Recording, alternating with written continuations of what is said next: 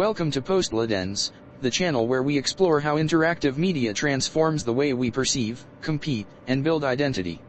We are still only at the beginning of our journey. The transition between the fourth and fifth generation of consoles marks a turning point in the technical possibilities of realistic and artistic representation and the expansion and inclusion of new game mechanics. Today I want to talk about another hero of the Nintendo consoles and games of that era.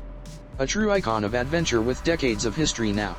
A hero who has now become as famous in Japan and the United States as Super Mario and who has a huge catalog of titles to his credit, all of great impact and success. I'm talking about Link, protagonist of the famous Zelda series.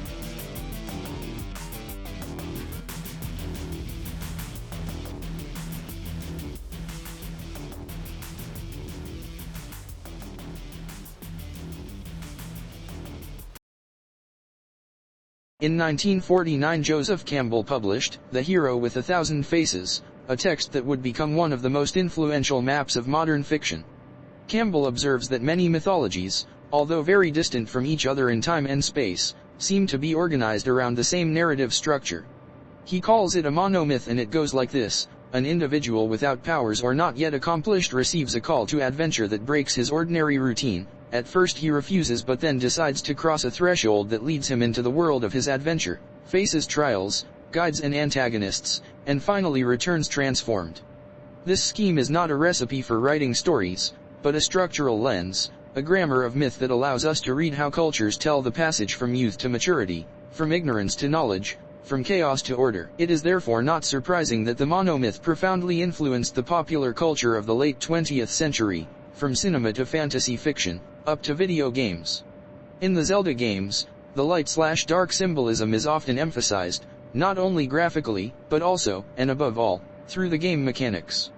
It is important to keep in mind that, even if Joseph Campbell's is only a descriptive approach to an anthropological objectively observable phenomenon, over time many film companies, such as Disney, screenwriters, and storytellers around the world, would use this formula as a basis for organizing their stories. So much that today, the hero's journey has become practically an industry standard. Of course, this also applies to the video game manufacturers. When Dungeons & Dragons appeared in 1974, thanks to Gary Gygax and Dave Arneson, it introduced a radical idea: the game is no longer about winning a game, but about inhabiting an imaginary world through a character. In the 80s and 90s, the tabletop role-playing game became a widespread cultural phenomenon, especially among teenagers and young adults, fueled by the growth of modern fantasy derived from Tolkien. The game board becomes a shared narrative space where a group of players explore dungeons, collect items, develop skills, and build an emergent story. This idea of a persistent, explorable world, structured in quests, objects, and character progression will become one of the most fertile matrices for the design of adventure and role-playing video games in the following years. In a way, many fantasy video games do nothing more than translate the ludic grammar invented by Dungeons & Dragons into digital form. The idea is so radical and applicable to the world of video games that it will give life to at least 3 different video game genres that we often find even combined together: sandbox or open-world adventures, RPGs, and MMOs. To complete the historical picture, it may be useful to remember that The Legend of Zelda was developed between 1984 and 1986 in Nintendo Studios, at a time of profound transformation for the Japanese video game industry. After the collapse of the North American market in 1983, Japan became the center of creative renewal of the medium thanks to the success of the Nintendo Entertainment System, called Famicom at home. In this context, the figure of Shigeru Miyamoto emerged, who conceived the game not as a simple sequence of levels, but as a space to be explored non-linearly, almost like a toy. Miyamoto himself has often described his method in interviews, referring to the Japanese idea of Hakoniwa, literally, garden in a box, a miniaturized but coherent environment, in which the player can move and discover internal relationships as if he were exploring a small ecosystem. This conception, rooted in the Japanese aesthetic sensibility for condensed landscapes, from Zen gardens to diorama toys, helped define one of the fundamental paradigms of modern game design: the game world as a compact symbolic space, rich in signs and emerging narrative possibilities. In the 90s, the Japanese media context further favored the spread of narrative forms based on exploration and environmental immersion. The home video game market, dominated first by the Super Nintendo and then by the Sony PlayStation, became one of the world's leading laboratories of interactive experimentation. In this period, the Japanese industry developed a strong integration between different media, manga, anime and video games, shared aesthetics, narrative archetypes and symbolic universes. Series such as Final Fantasy or The Legend of Zelda helped to consolidate a model of gaming experience in which the game world was not just a container for action, but a mythopoetic environment, layered with signs, places and memories. In the United States, at the same time, the context was somewhat different. After the industry crisis of 1983, the sector progressively rebuilt itself around domestic distribution and the expansion of the personal computer market. Titles such as Ultima, The Black Gate or Doom, showed two parallel trajectories. On the one hand, the construction of increasingly complex simulation worlds, while on the other, the evolution of immersive three-dimensional environments. This convergence of systemic simulation and navigable spatiality helped prepare the ground for modern open worlds, which would fully emerge in the 2000s, with works such as The Elder Scrolls III, Morrowind or the Mass Effect trilogy. In retrospect, the exploration tradition inaugurated in Japan by Shigeru Miyamoto, and the simulation tradition developed in Western studios ended up meeting precisely in the contemporary form of open-world adventures as we know and love them today. To understand why the hero's journey becomes so central in the video game of the early 90s, we need to look at both the narrative structure and the audience for which those games were intended. The model formulated by Joseph Campbell is extremely simple and modular. An ordinary individual receives a call to adventure, crosses a threshold, faces progressive trials and finally returns transformed. This structure has an almost engineering property: it is easily translatable into playful progression. Levels, dungeons, bosses, upgrades, items and new skills are practically the mechanical equivalent of the initiatory tests of the myth. The hero's journey therefore becomes a natural grammar to organize the game experience: advancement in space, increasing difficulty, acquisition of skills and final transformation of the protagonist. In the context of the Nintendo Entertainment System, this structure becomes even more functional. Nintendo's console was mainly designed for a young audience, often children, or pre-adolescents. The hero's journey works well precisely because it is an extremely readable coming-of-age narrative. The player starts in a condition of weakness, gradually learns the rules of the world, overcomes increasingly complex obstacles and finally conquers a form of mastery. It is an almost didactic metaphor for learning. For this reason, many titles of the time, such as Super Mario or The Legend of Zelda, adopt structures that closely resemble the monomyth. Not because the developers were deliberately applying Campbell's narrative theory, but because the logic of the game and the logic of the myth coincide. Both tell a passage from inexperience to competence. In traditional myth, the hero makes the journey.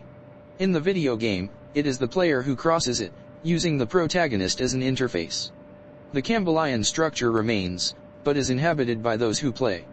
And it is precisely here that characters like Link become strange heroes. They are not psychologically defined because the transformation must not belong to the character, but to the player who guides him through the world of the game. Home consoles emancipate themselves from arcade rooms, as they offer a single-player and immersive gaming experience, a kind of solo Dungeons and Dragons. Link is an atypical hero, as he travels the hero's journey in a symbolic and structural setting of his story, but only as the player's avatar. Link does not express emotions and does not have a legible personality. His only connotations are his clothes and weapons. Zelda, in my opinion, is an attempt to create a single-player Dungeons and Dragons for children. In the language of game design, a sandbox indicates a game system that offers the player a relatively free space for action, where objectives can be pursued in different ways and often in a non-rigidly fixed order.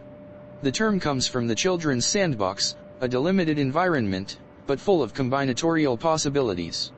It is not the total absence of structure, it is a structure that privileges exploration, discovery, and decision-making autonomy over the linear sequence of events. In video games, this means that the game world is designed as a system of rules and relationships rather than as a sequence of closed levels.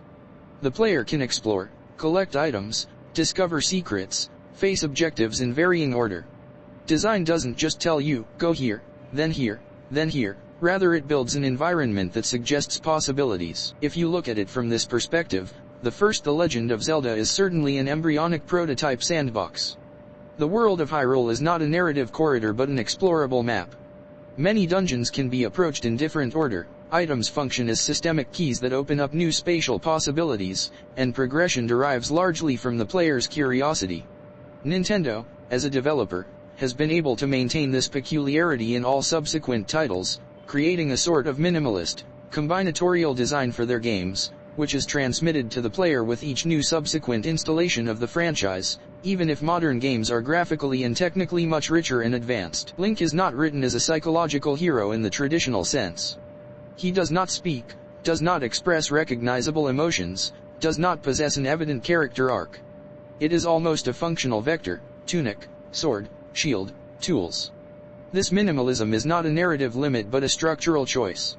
The hero's journey is not internalized in the character, it is distributed in the game system and in the player experience. The result is an elegant paradox: Link makes the hero's journey, but he does it as an interface. The mythical hero is present in the structure, while the subjectivity that runs through it belongs to the player. The sandbox then becomes the true narrative space, an explorable mythology rather than a told story. When The Legend of Zelda comes out, Nintendo introduces something that the industry immediately understands as fertile. The adventure no longer has to be just a sequence of levels, but it can become an explorable world organized around objects, secrets, and character progression. It is a new playable grammar, but extremely imitable. It's not just about imitating Zelda, it is a matter of taking its structural elements such as interconnected map, thematic dungeons, acquisition of tools that open up new paths, and declining them in different graphical styles for different audiences. In the years immediately following, many Japanese developers use this formula to build parallel genres. Some emphasize action and exploration, such as Castlevania and especially Castlevania II, Simon's Quest, which experiences a more open and progressive world. Others instead push on the narrative dimension and statistical growth of the character, shaping the modern JRPG with titles such as Dragon Quest and Final Fantasy.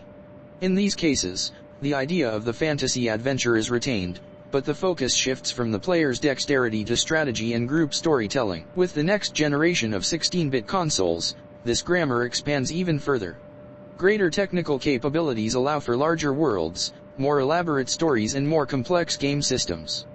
Nintendo itself redefines the model with The Legend of Zelda: A Link to the Past, which perfects the balance between free exploration and guided progression. Meanwhile, other studios reinterpret the formula for different audiences. Secret of Mana introduces cooperative and more dynamic action, while Chrono Trigger transforms the fantasy adventure into a choral and strongly narrative tale. What happens, in essence, is typical of really important design innovations. Zelda didn't just create a hit, it created a framework, a way of building interactive worlds. From that moment on, the industry can modulate that structure for different audiences: children, teenagers, hardcore gamers, fiction, or exploration enthusiasts. The result is that, within a single generation of hardware, the fantasy adventure becomes one of the fundamental languages of the Japanese video game. The design approach conceived by Shigeru Miyamoto in the first Legend of Zelda has left a deep imprint on the entire series and, more generally, on the game design of the exploratory adventure. Already in the sequel for Super Nintendo Entertainment System, The Legend of Zelda: A Link to the Past, many of the structural elements of the first chapter are found: the centrality of the map as a space to be deciphered, the distribution of environmental signs that indirectly guide the player, and above all the conception of Hyrule as a closed garden full of hidden connections. The world of Hyrule is not just a narrative scenario, but a symbolic and topological structure that invites progressive interpretation and discovery. This same philosophy, surprisingly, re-emerges in an even more radical form many years later with Breath of the Wild. While making use of contemporary technological possibilities and adopting the scale of modern open worlds, the game recovers Miyamoto's original intuition: the world must not only be explored, but interacted with. The player is once again placed in front of a vast but legible territory, where curiosity and observation replace the explicit indications of linear narration. In this sense, Breath of the Wild does not represent so much a break with the tradition of the series, but rather a return to its conceptual roots: the idea that a video game can function as a small coherent universe, an expanded Hakoniwa, in which the experience arises from free exploration and personal discovery of its meanings. With the arrival of the Super Nintendo Entertainment System, the home video game takes an important step towards more extensive narrative forms. The hardware is more powerful, of course, but the decisive change is cultural and structural. Saving the game state becomes a widespread function thanks to the memory integrated in the cartridges. This definitely breaks with the arcade logic of short game and continuous repetition. The game is no longer an ephemeral event but an accumulative process. The world can change, the characters can grow, choices can have consequences over time. In this context, in the next console generation, will emerge games capable of developing the continuity of experience to build up even more ambitious narrative structures. Among these, Chrono Trigger, developed by Square, stands out, because it makes use of the saving mechanic and persistent progression to articulate a complex story made up of time travel, multiple endings and transformations of the game world. It's not just a successful rebounds per game, it's an early example of how the video game, when it can remember the player's choices, begins to behave like a true dynamic narrative system. All the video games in the Zelda series have always been exploratory adventures, even before the term open world was created. Why have these types of games always been successful, up to modern open worlds and RPGs like Skyrim? Environmental immersion would seem to be an even more effective narrative tool than the development of a linear expositive plot. There is a rather simple and at the same time profound reason. The explorable worlds activate a very ancient cognitive mechanism, orientation in space. The human brain is an organ designed, in large part, to navigate complex environments. Even before telling stories, humans had to learn to move in territories full of resources, dangers, and signals. When a video game builds an explorable world, it's not just offering content. It is exploiting that neurological circuit. The player does not receive information in the form of a story but rather deduces them by navigating the space. This is why the Legend of Zelda series has been so influential. Already in the first game of 1986, the world is not a narrative corridor. It's an open map full of puzzles, ruins, dungeons, and shortcuts. The game doesn't explain much. The players need to interpret the environmental clues. This produces a very different type of immersion from linear storytelling. In a traditional story, the meaning comes from the outside, someone tells what happens. In an explorable world, however, meaning emerges from the experience.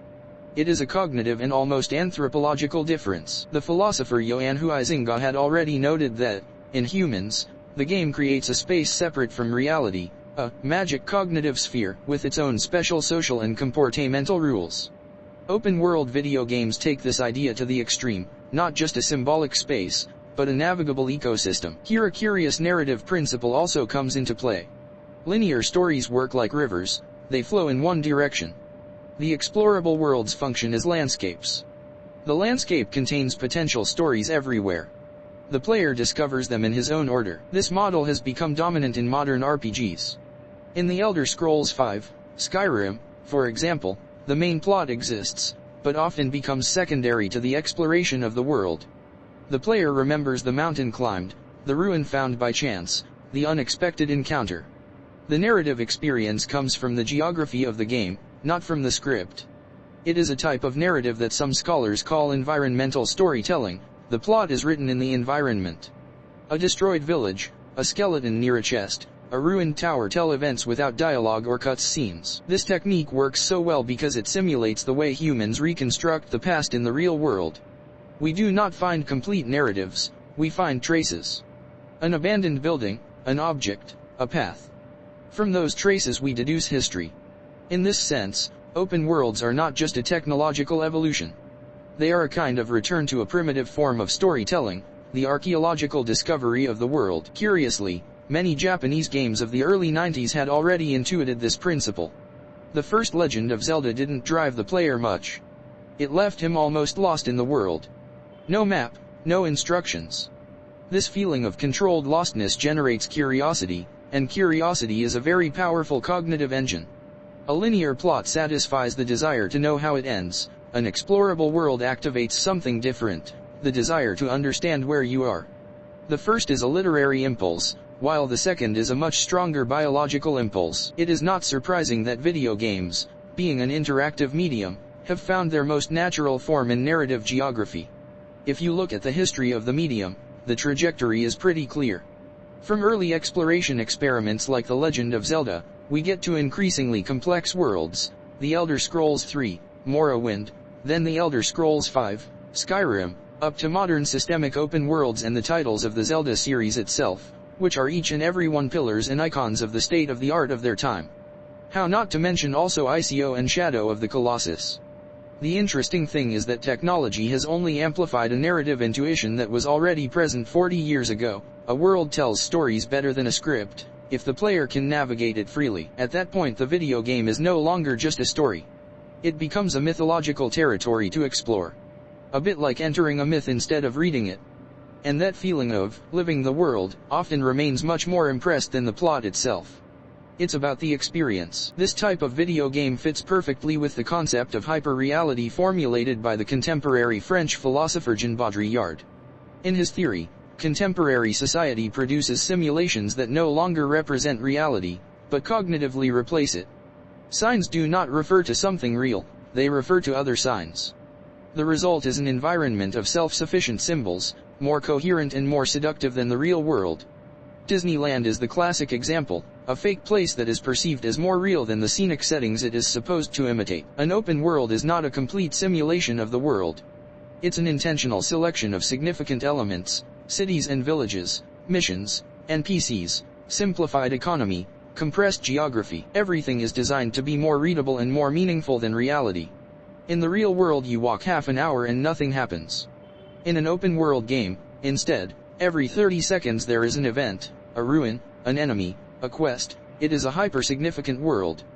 This is already very close to Baudrillard's hyper-reality, an environment where the symbolic structure becomes more intense than the reality that inspires it. In Zelda, the world of Hyrule is not a realistic world. It is a symbolic map of the hero's journey, where each element is a symbolic construct, an amalgam of pixels and 8-bit sounds, soundtracks with specific musical intervals in their melody, to symbolize for example the idea of the unknown in a forest, of trial on a mountain, of descent into the unconscious and fear in a dungeon, and of power when an object is found. In other words, the player goes through a spatial grammar. It does not explore a territory, it explores a narrative structure embodied in space in which each element is a symbol. Each element is a sign. If we take a closer look, the open world is almost a topological writing. The narrative is no longer just in the text or dialogues, but in the arrangement of spaces. Baudrillard was talking about media simulations, more or less what we are experiencing right now with deepfake videos and generative AI and videos on social media. Video games, on the other hand, go a step further, habitable simulations. You are not just looking at hyper-reality, you walk in it. And the next step, the metaverse, would then allow you to live there completely without ever having to leave it. I leave it to you to draw a conclusion about what it would mean for mankind to leave the real world and live in a virtual world, completely curated and built by a private American megacorporation. In a broader way and in the terms of Jean Baudrillard, we could say that the Sandbox adventure game does not represent the world but our idea of the adventurous world, a simulation of the human desire for exploration. As millions of people grow up inside these simulated worlds, their geographical imagination changes. Players expect the real world to function as a game map, points of interest, scenic views, rewards around every corner. It is a kind of Disneyland attraction.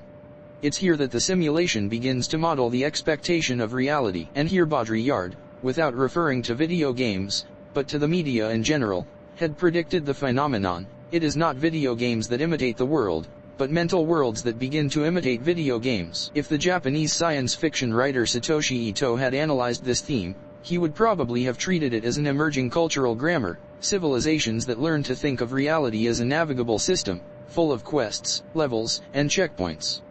The gamification of reality, a world interpreted through the logic of game and play, a kind of interactive mythology of modernity, in accordance with the theory of the philosopher and anthropologist Hui Izinga, who thinks that the human being is above all a player. And, if you think about it, this idea gets even weirder when you look at what's going on with Minecraft, survival sandboxes, and procedural worlds. There the player does not just enter a simulation, he builds the very grammar of the world. But that's another level of the story for another episode. Using the structuralist approach of inquiry, the symbol is a semiotic device that refers to something else.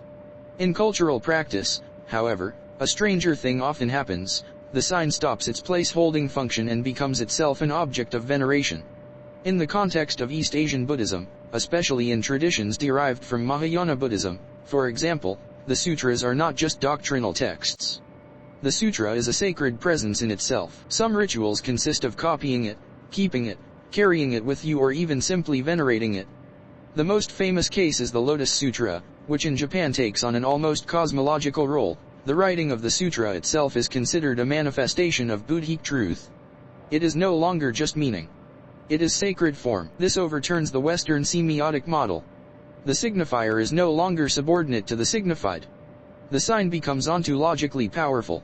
In Zelda, this spiritual mindset is present in the design, as many iconic elements of the setting function as visual mantras or symbolic seals. The Triforce, the Sacred Sword, the Dungeon, the Forbidden Mountain. These are signs that players immediately recognize and that activate an almost ritualistic narrative structure. The perfect case, in Zelda games, is the symbol of the Triforce. It is not just a narrative object. It is a cosmological sign. 3 triangles that represent balance of powers. The symbol is repeated and evoked everywhere. It works exactly like a mythological talisman. This is where Joseph Campbell's work comes in well. His concept of monomyth, developed in the book, The Hero with 1,000 Faces, describes the recurring structure of the hero's journey: call, descent, trial, transformation, return. Many Japanese video games have adopted this narrative architecture almost in ritual form. But Japan doesn't just copy Campbell passively. It filters it through its own mythological and religious tradition, where the boundary between symbol, divinity, and object is much more porous.